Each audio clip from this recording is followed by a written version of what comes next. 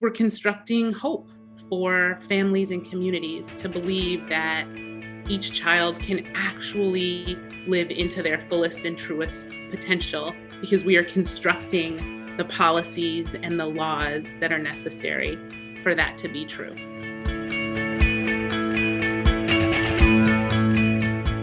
Oh my gosh, you guys, I am so excited to be joined here by Tanya St. Julien, the notorious TSJ. I'm going to work on that, on speeding that up throughout this. But thank you so much, Tanya, for joining me today and having this conversation. Thanks for having me. I'm excited about talking about stuff that I love to do and stuff that I think more people should also be doing and talking about. Yes, it has been so fascinating to be sort of in conversations with Lee over the last few months. And I've learned so much about political fundraising and sort of the gaps in both access and, representation. I feel like I knew more about before, but just what it takes for to get more folks on the ballot, more folks winning. So, but tell us a little bit about you, like give us your history, what brings you to this moment in time, and what makes you so passionate about the work that you're doing. Oh, wow. There's so much. You might have to stop me. So I am a regular schmegular and also magical Black woman. And I'm formally trained in policy. My career has really been all about constructing hope for people.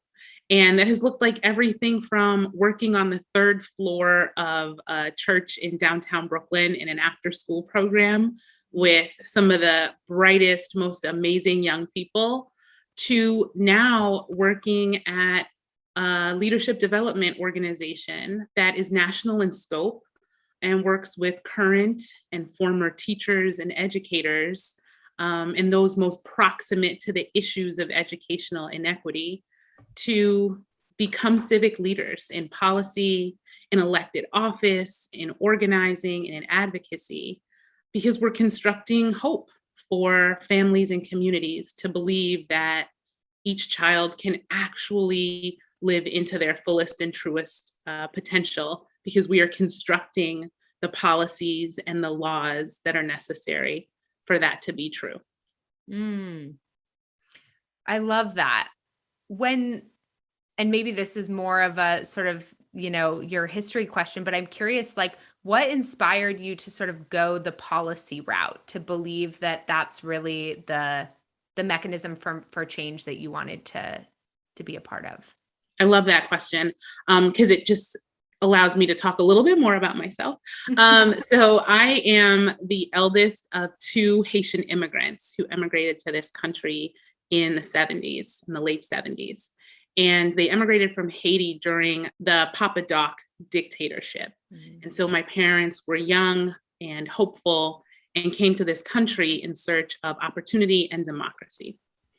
And so for Haitian people, and certainly for those in my parents' generation and my generation, talking about politics was always the thing, because they fled from a political situation and came here, and our family was able to engage in political discourse without fear of retribution.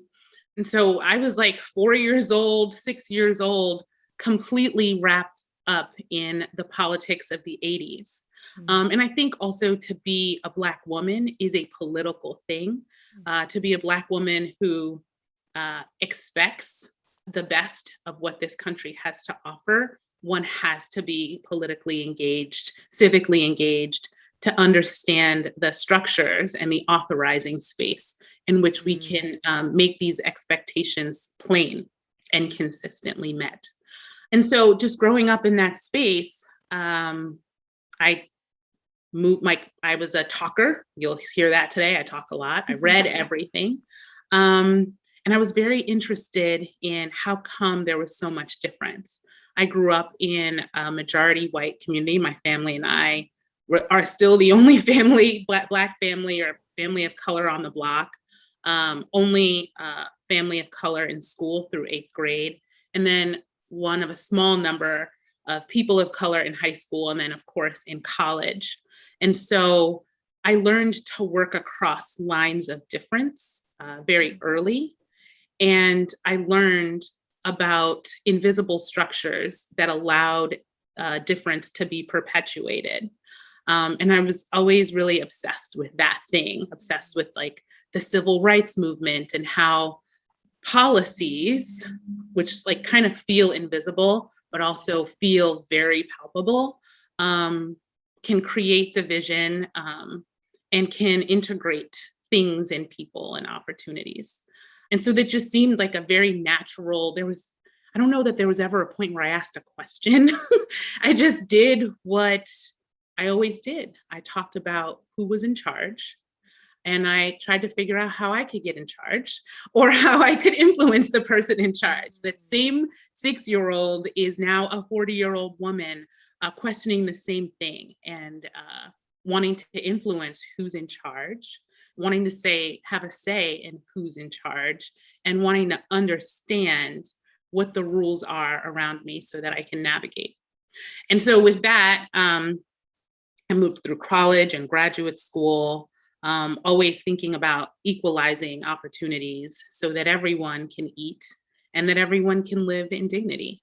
And that led me to working, like I said, on the 3rd floor of a church in Brooklyn, to then working on inclusive policies at the Department of Education here in New York City. And now at Lee, where I've been working with our awesome team for the last 7 years to build an organization that develops leaders to change the laws. So I literally now get to work with who is going to be in charge and help influence what the rules are going to be. And that's a place where I like to be. Okay, I'm so inspired by your story, and I'm curious, it sounds like from a really young age, you had this deep, you started off talking about hope. And like when I hear you sharing your story, I also hear, and correct me if I'm wrong, but like sort of this deep sense of the role you could play or the access you could have. And, you mentioned sort of trying to understand those invisible lines and where the rules were, but that there was this sort of determination or like innate knowing in you that like, even if there's an invisible line there, I'm going to be a part of changing that line, or I'm going to get there and figure out, where do you think that comes from? Like that sort of knowing in you? I love, love, love that question. I've actually been thinking about it a lot. I think part of it comes from the struggle of oppressed people. I've been reading a lot about mental health, right, through this pandemic, and the resilience of different communities. And most recently, I was reading a study about the mental health of oppressed people. And, the study revealed that oppressed people, Black people in this country, have the strongest mental health, and that it comes from a deep faith, right? The study called it religiosity. So just sort of putting together all of the things that people do, like to believe in a higher power. And it helps to contextualize the experiences that we have here. It helps to contextualize disappointment and hurt, oppression. It gives a belief in a higher power that is orchestrating this stuff, and that it is not necessarily individual decisions that exist in and of themselves. So I thought that was super fascinating. I am a woman of very, very deep faith. And again, my parents are immigrants who left a dictatorship. And so that alone is sort of reflective of the legacy of fighters and hopers and dreamers who were able to construct a life that was very different from the life that they had. And so that legacy of pushing and hoping and having a deep faith in a higher power, and my responsibility to my opportunities and to that higher power, are things that were instilled in me at a very, very young age, and things that still continue to guide me today. Mm. Yeah, it sounds like such a strong, like, North Star for you. And that now in your work, what it sounds like is you have that sort of like grounding and that knowing. And now it's about identifying the sort of barriers, both to access, but also to that connection, to that belief, to that hope that folks can engage and need to engage in these systems in order to make the change that we want to see happen. Mhm. So what is that process like? Like, if folks are listening to this and they're like, okay, like, Tanya, like, I'm super jealous that you feel that amount of hope and faith in all of Uh-huh. this, but I'm feeling, exhausted, frankly, by the political process and everything that's been happening around us politically for so many years. And, everything from exhausted to traumatized to, I mean, there's Mm. so many layers of it. How do you recommend folks like begin on a journey of hope? That's such a tough one. I would recommend believing in humans, believing in people, even if those people are children. And I think that's what marries this work for me with education. Adults sometimes let us down. The ones we love, the ones we don't love, the ones we know, and the ones we don't know. There's something about the innocence, the joy, the curiosity of children that I want to protect, and I want to cultivate.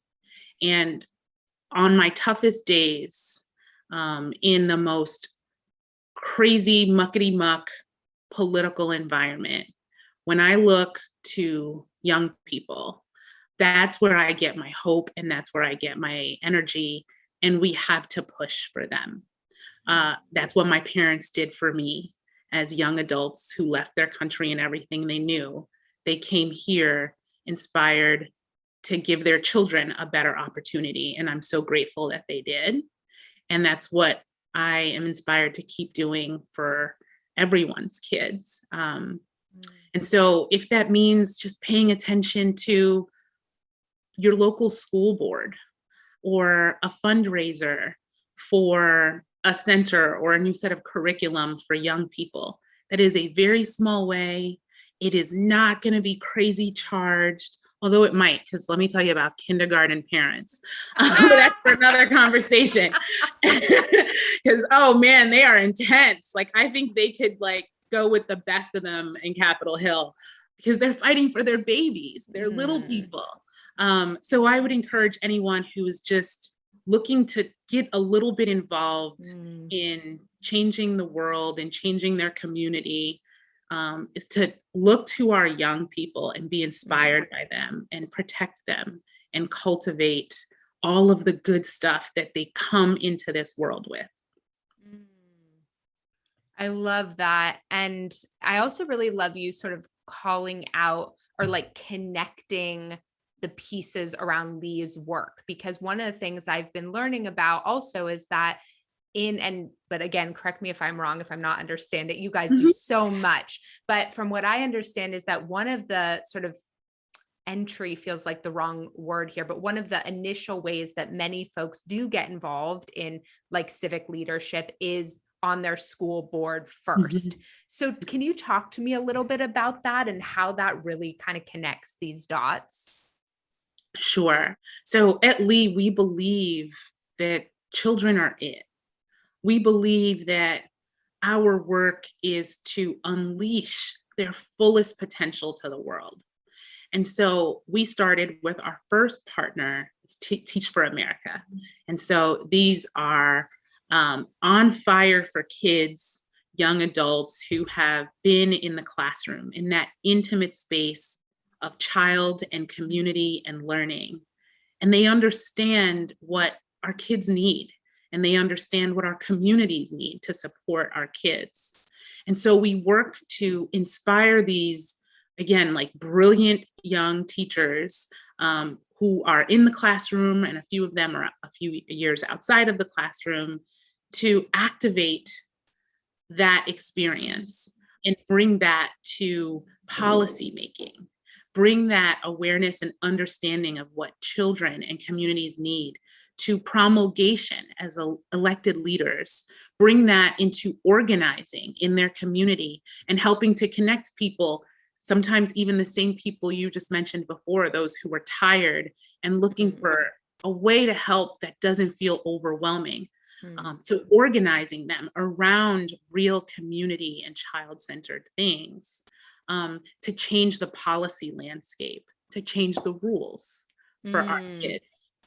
You know, one of the things that's really fascinating to me about politics and political fundraising, and, you know, as I've been trying to sort of wrap my own brain around it, coming very much from the nonprofit world, is just this difference between sort of the understanding of disappointment along the way. I don't know how to explain this exactly, but I feel like, you know, in the nonprofit sector, there's so much perfectionism, and I'd be curious to know how that plays out in your world too. But there's so much like, this is the program and we're certain it's going to work. And like, then it doesn't work. And then 2 years later, this is the program. I mean, I started my nonprofit journey at Citizen Schools doing a teaching fellowship program. Schools. I love them. Yes. And I really wanted to go there because I thought I was going to go back to school in public policy and wanted to work for the Department of Ed. That had been where I thought I was going,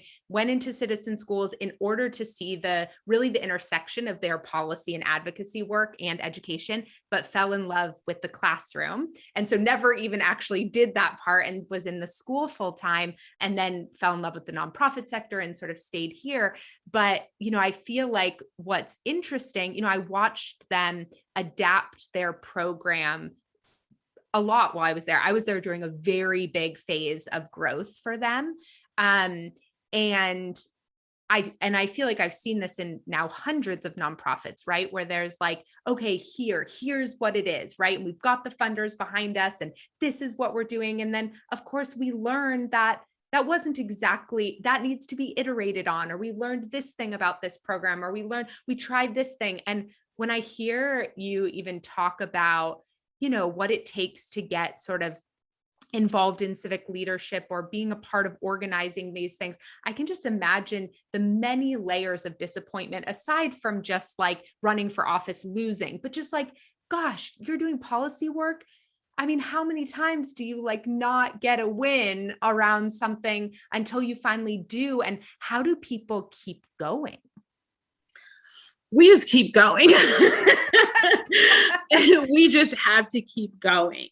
We believe so deeply in our members that for every win, we can it'll keep us going for like 2,000 at bats, you know, like it's just because we know each win has so much impact. It not only has impact on the children. So for example, if we have a member who wins a school board seat, then we know that as we continue to support that member, because it doesn't end at the win, right? Like that's just the beginning. We will continue to work with them to grow their capacity around governance and administration and learning how to work across the aisle, right? To have influence on the board. And so as we work with them, we know that one win has impact on every single child in that school district. So that's thousands of children and thousands of families. We also know that one win starts to change the conversation around people starting to believe that they can do it as well, and starts to change the expectations. Our members are first-time candidates. Our members do not come from families where they are like the third to run for office. So these are first-time candidates. They were teachers, often coming from working or middle-class families. So when they win a school board seat or a state ledge seat, they don't look like everybody else on that board, not in age, not in work experience and background, sometimes not in ethnic or racial background. And so that one win is a win for the kids and a win for any other person that's paying attention, like, that person's on there now. Mm. And so like that sustains us for 2,000 misses at that. And so we just get back up again. It's exactly what you said. We continue to think through what are the best ways to support our members. We are a learning organization. We are always asking questions. When this thing won, when this thing was executed successfully, why did we think it was successful? Why did we think this other thing was not successful? What are our learnings here?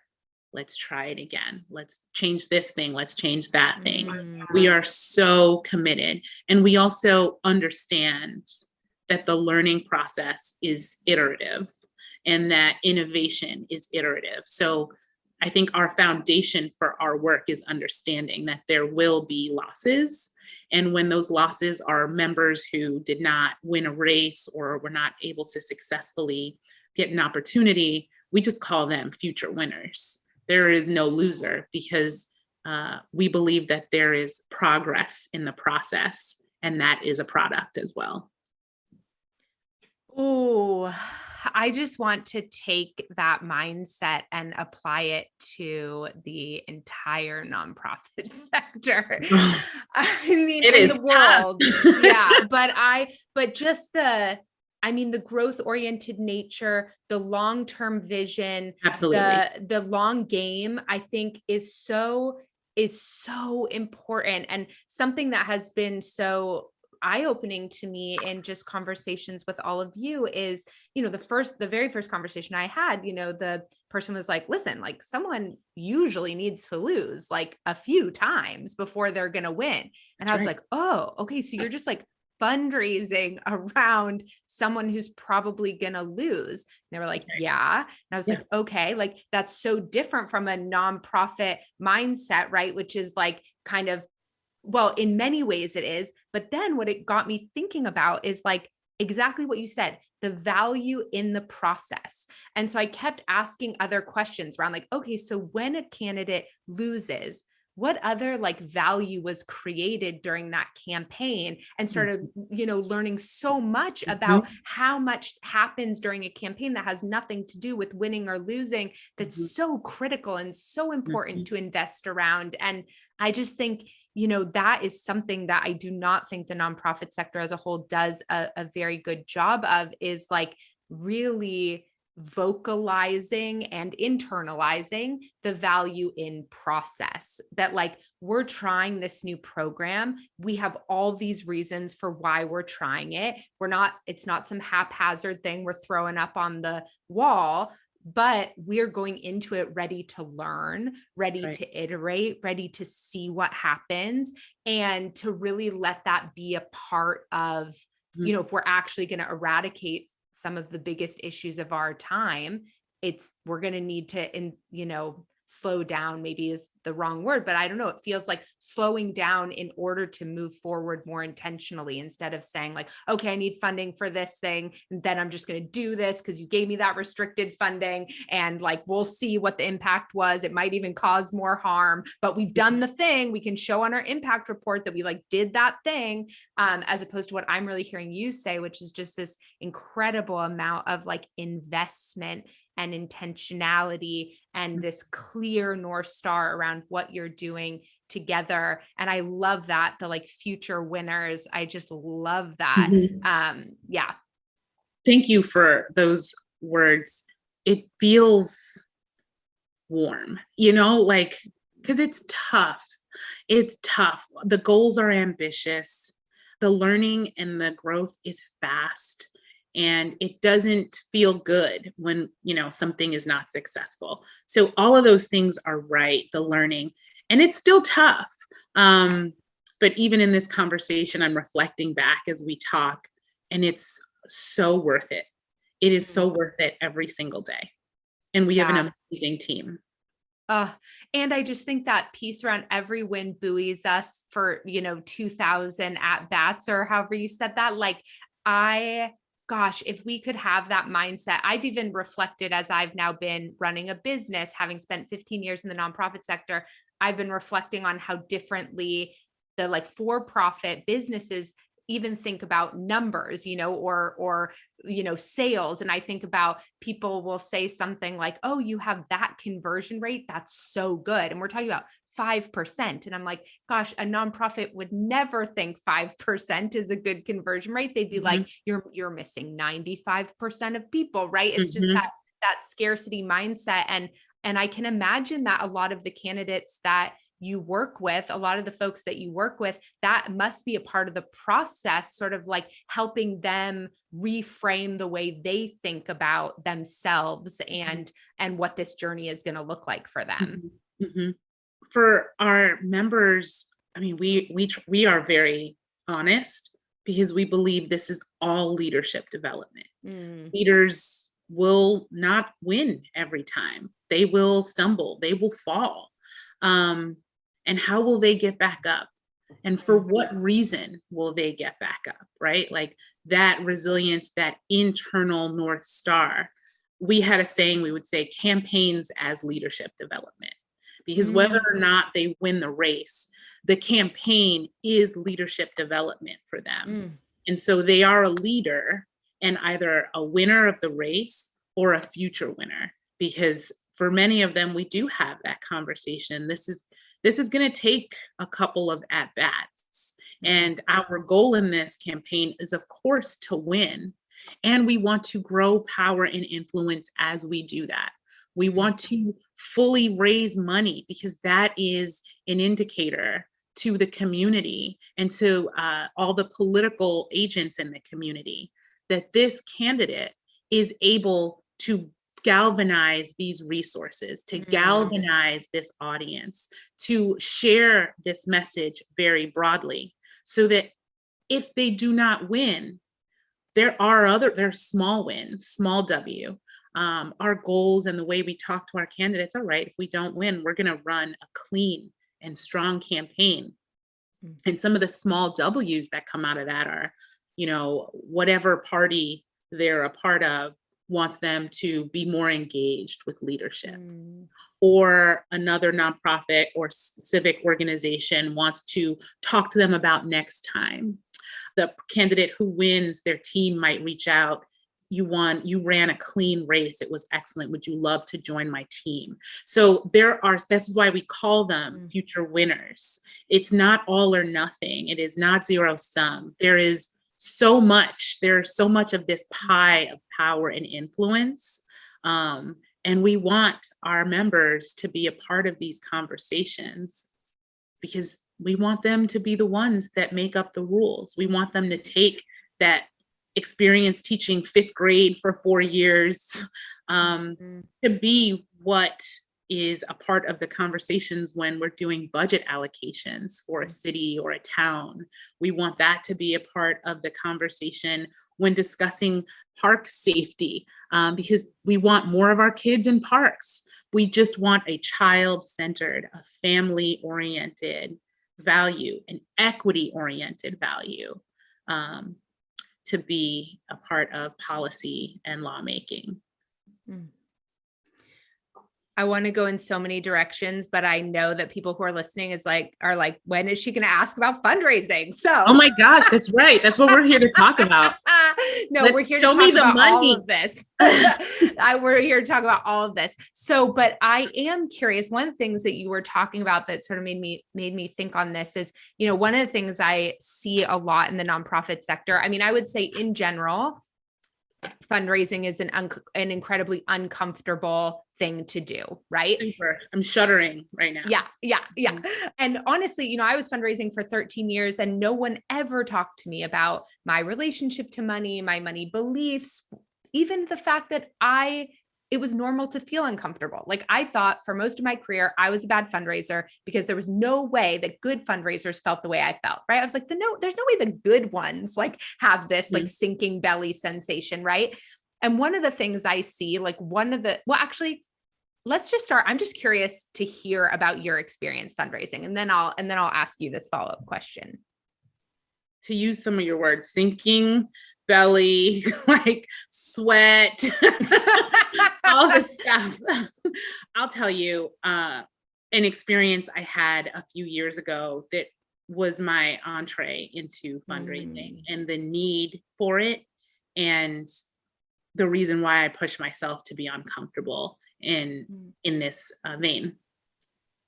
I think it was 2014. I was in my first like 60 days at Lee. Young little whippersnapper, ready to show my boss, I'm going to be the best chief of staff. And we were at a book signing party at a fancy philanthropy place here in New York. I believe it was a book signing for Joel Klein, who was the former head of New York State Public Schools. And it was the fall, and I've got like a nice fro, and that was like 7 years ago. My hair was super like fro-y and full. And like, I decided I wanted to wear my hair super big that day, and I was in like a suit. And when I walked in, I immediately was like, why did I make my fro so big today? I was the only Black woman in the entire space. There were 2 other people of color. One was a server at the bar, and one was actually a colleague.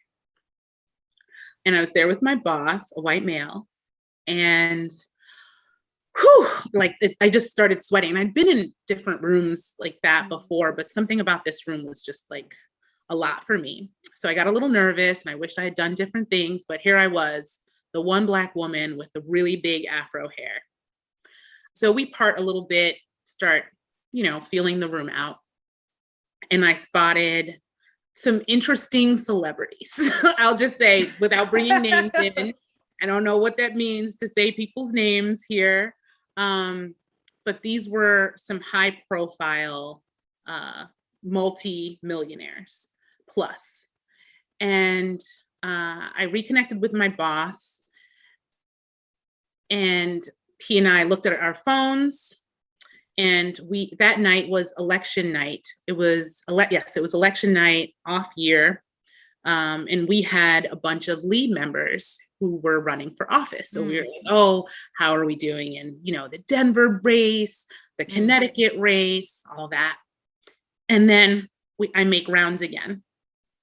And I'm hearing people say things like, oh, how's your guy? How's Denver? How's this? How's that?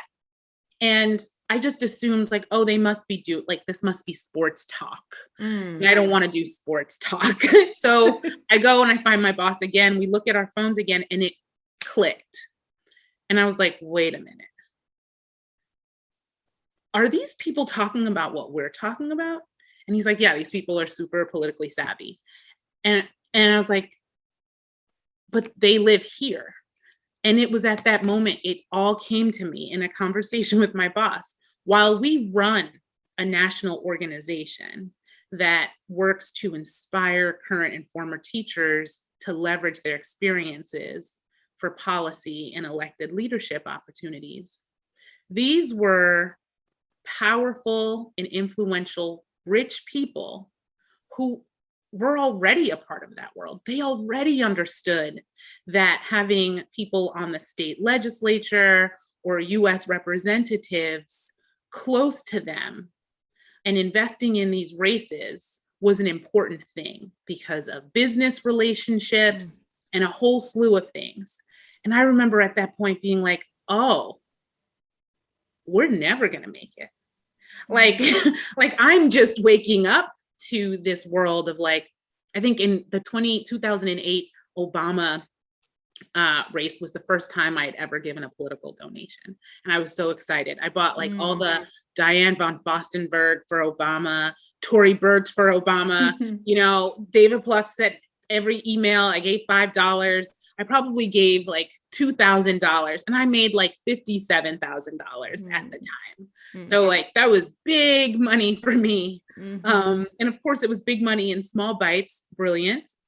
But I didn't understand that this was a thing, that outside of working for this organization, politically savvy people with big networks and big bank accounts understand that influencing politics with their financial resources made rules that were consistent with their values. And those rules are not always consistent with my values, and certainly not always consistent with the needs and values of the communities that I am a part of. And that's when I started literally on the cab ride home talking to my boss. Well, how do we do this for underrepresented people? How do I get something going like this for Black people, for Latinx people, for Asian people, for members of the LGBTQ community? Because that room didn't have any of those folks in there. And that room was pumping out a lot of money and having a lot of influence on the rules for a country that is increasingly looking less and living very differently. And that's when we started Spark Leadership at Lee. And that is our political fundraising initiative that specifically raises money for underrepresented candidates, because we know that they do not have access to the networks and the wealth in the same way that the white communities do. Wow. I mean, I feel like one of the things that you're really highlighting, that I think perhaps folks outside of the political spaces have, or at least I'll just speak for myself. I feel like it's really been in the last 4 years that I've started to recognize and understand the importance of local elections in a totally different way. And I think what you're highlighting is that there is this whole web of control, access, influence, that when you understand it, campaign finance reform, whatever that is, aside, you actually can still push the right buttons in the right places, because you sort of see they're also playing the long game. So I think what you're highlighting, which is so important, I haven't actually thought about it this way, because I think for like sort of outsiders, we see political fundraising in such an urgent way, right? Like when I think about political fundraising, I'm like, and I said this to Josie too, I was like, okay, like you're going to send me like 12 emails tomorrow, and it's going to say I have 4 hours to give you $5 or else this blank is going to happen. And then you're going to sell my name and my email to someone else I don't even know. And I'm going to start getting emails from them, right? Like we feel on the other side of it, like it's this very urgent machine. And what's so interesting about talking to you and Josie too, is like, there's this huge disconnect, I think, from what like the everyday person feels is happening in that political machine, especially because of fundraising rhetoric, versus how critical it is that we are actually engaging in this with the long game in mind. And yes, we're giving in the now too, but that the play is long. And I just think like, wow. That's right. That's absolutely right. And with the long game, you've got to think about it in other ways that we think about growing things in the long run. And that's an investment. Yeah. Right. So that's why we call Spark a political philanthropy initiative, because this isn't the by the 19th, I need to do this. Do you believe that it is important for us to have diversity in our political leadership? If you do believe, we invite you to partner with us and invest in this growing pipeline of equity-oriented, diverse candidates. These are their values, and they're running up and down ballot. We have folks running for local school boards to now Congress. We hope to continue to grow the number of candidates or number of Lee members who raise their hand and step into this huge gap of leadership that exists in this country, values-based leadership, and join us in supporting them. Yeah. So I love that you said it's exactly that. It is exactly the long game. Mm.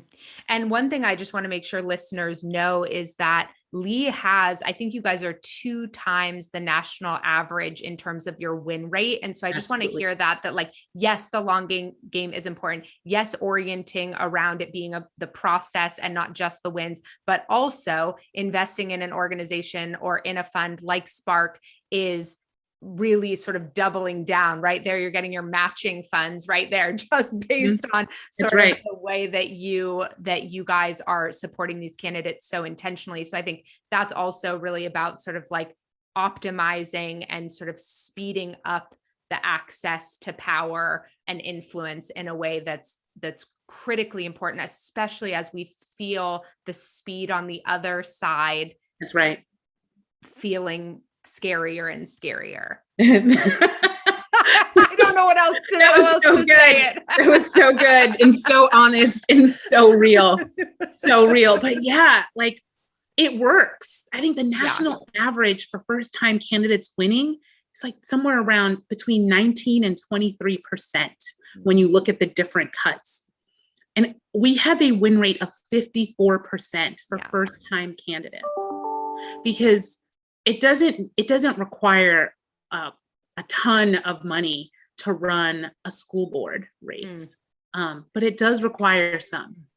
And what we've done is built an amazing machine where we defray the costs for members to do this work, right? Like we have our own sort of comms work, and because they are members, we are supporting them. And so they can get communications work and products and services for like a sixth of the cost of things in the open market. And we understand compliance. We've got a whole team. So we're working within compliance and regulation. And we also are focusing on this member. We don't need our members to be distracted by all the things that they need to, manage money and stuff for. Like, we will take care of that. What is your message? What do you want to change in your community?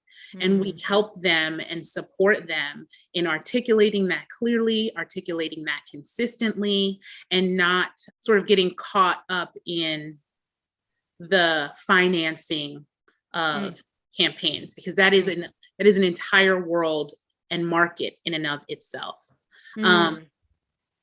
So supporting our members through Spark, I don't know, it's almost like 4x whatever your contribution is, because we continue to work with them to help them allocate those resources to run strong winning campaigns.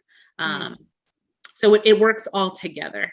The Spark could not work without Lee, because Lee continues to support the candidates. And in order for Lee to continue to support candidates at such high rates of success, we need to grow Spark so that resources are not holding them back from being able to get their message out and run winning campaigns. Okay, I love it. And I'm curious, one of the things that I was thinking about asking you before is one of the things I see in nonprofit is that, while fundraising is uncomfortable for everyone, I see a huge sort of increase in the discomfort, one with women in particular, but also I would say like single run EDs, like sort of like small shops where it's like a woman's at the head. She's the only paid staff member. And then she really feels like she's fundraising for like herself. And I know political campaigns are different in terms of they're not paying themselves from them, at least in the, in these smaller races, but they're still fundraising like for them, right? And I can imagine that evokes a lot of vulnerabilities around all the stuff that comes up around money, self-worth, and the things I sort of coach around in my day-to-day. Can you talk to me about that at all, or how, or what you see in that space? Oh yeah, this one is tough. So I'll tell you a quick story. There was a young woman named Jessica in 2015. We had an African-American political leadership program meeting. So that program is one that we put on to support, and we have one for every subgroup, racial and ethnic subgroup. We did that one in 2015, and we invited members who were thinking that they would ever run, maybe in 20 years, but if they ever had the thought that they could run for office, we invite them to try it on for 3 days. So we flew folks into New York City. We had the late Honorable David Dinkins, the first Black mayor of New York City, come and share some amazing words to inspire this group of people. And one of the sessions that we had on day 2 was the fundraising session. And in this session, all members are asked to think through the most expansive list of individuals who they think would support their leadership. They go through their Facebook, their LinkedIn, Instagram, and just do a dump. And we have a spreadsheet, and we have them dump all these names into the spreadsheet and think, how much do you think you could ask this person for?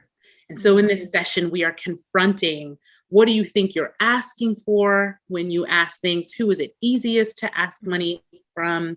Who is it hardest? And what we saw, of course, were the emotional things around like how and, well, money in my family, we don't talk about money because, for all of the reasons around class, around race, around gender. And what we also saw was after like line, 79, there was just a line that everyone came to where they were like, I can't think of anyone else I could ask money to. And very rarely could anyone go past like 120, I think was like something around there. No one could go past that. And that, again, that continued to drive the inspiration for Spark. We were like, well, we want to be line 121.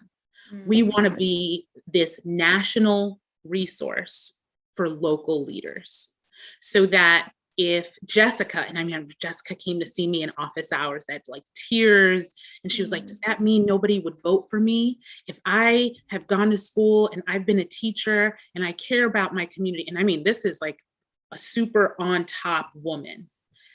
And she was just sobbing. And she was like, does that mean I can't do this? Like, am I delusional? Like, these were the questions that she was asking herself because she could not get past, and I'll never forget, line 79 was her number. She was a part of a sorority, and there were just so many reasons she felt like there were people she couldn't ask for money. They don't have a lot of money. They just had a baby. They just bought a house. And that was just grounded. We need Spark leadership to be line 80. And so that 80th line could represent like 600, 700 people who would absolutely donate to Jessica because they're donating to Spark and they're donating to this pipeline of diverse leaders, a pipeline of women, a pipeline of teachers, however way they are interested in contributing to this pipeline of equity-oriented leaders. We wanted to be Jessica's line 80 and whatever line for everyone else.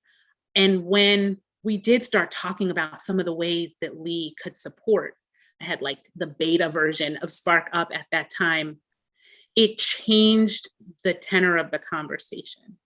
That initial, well, we've got you for like $2,500, it just changes because she knows that she has support. She knew that she had a little bit of money in the bank. And I know you get that first yes that you get, that first, like, you make the ask, you share the deck, you give them the documents, and you get that grant. It gives you so much confidence for the next ask. Jessica ran for office 3 years later. It took us a while, but she ran 3 years later. She won her seat. She's on her school board. And it's just like, those are the things. So, I mean, we could talk about the hard stuff. I want to create something to make the hard stuff not so hard for our members. Oh my God. First of all, yay, Jessica. Mhm. And I love that. And you said it at the end, and I want to be really respectful of your time, but I think that point around having Spark really say, we want to invest in you. And not just we, Spark as an entity, but actually all these people who have participated to Spark. We see you, we want to invest in you. So yeah, sure, go get those other 80 lines, but like, we're going to start you off with 600. I think good. like, oh my God, I just love it so much. Everyone, please go check out Spark. Give if you can. I'm just going to make that plug right now. Sparkleaders.org. Please, please, please. Sparkleaders.org. How can folks find you? And I'll make sure to include all links below for Lee and everything. But if they want to follow along with you or connect with you, where should they go? They can reach out to me at tanya.st.julien@educationalequity.org. That is my direct email. I'd love to chat. I'd love to chat about Spark. I'd love to chat about, even if you are wondering how to get involved, how to support and cultivate and protect our young people. I'm open to having that conversation too, because it's so important. Thank you so much for joining me today and for this amazing conversation. Thank you, Mallory. This was great.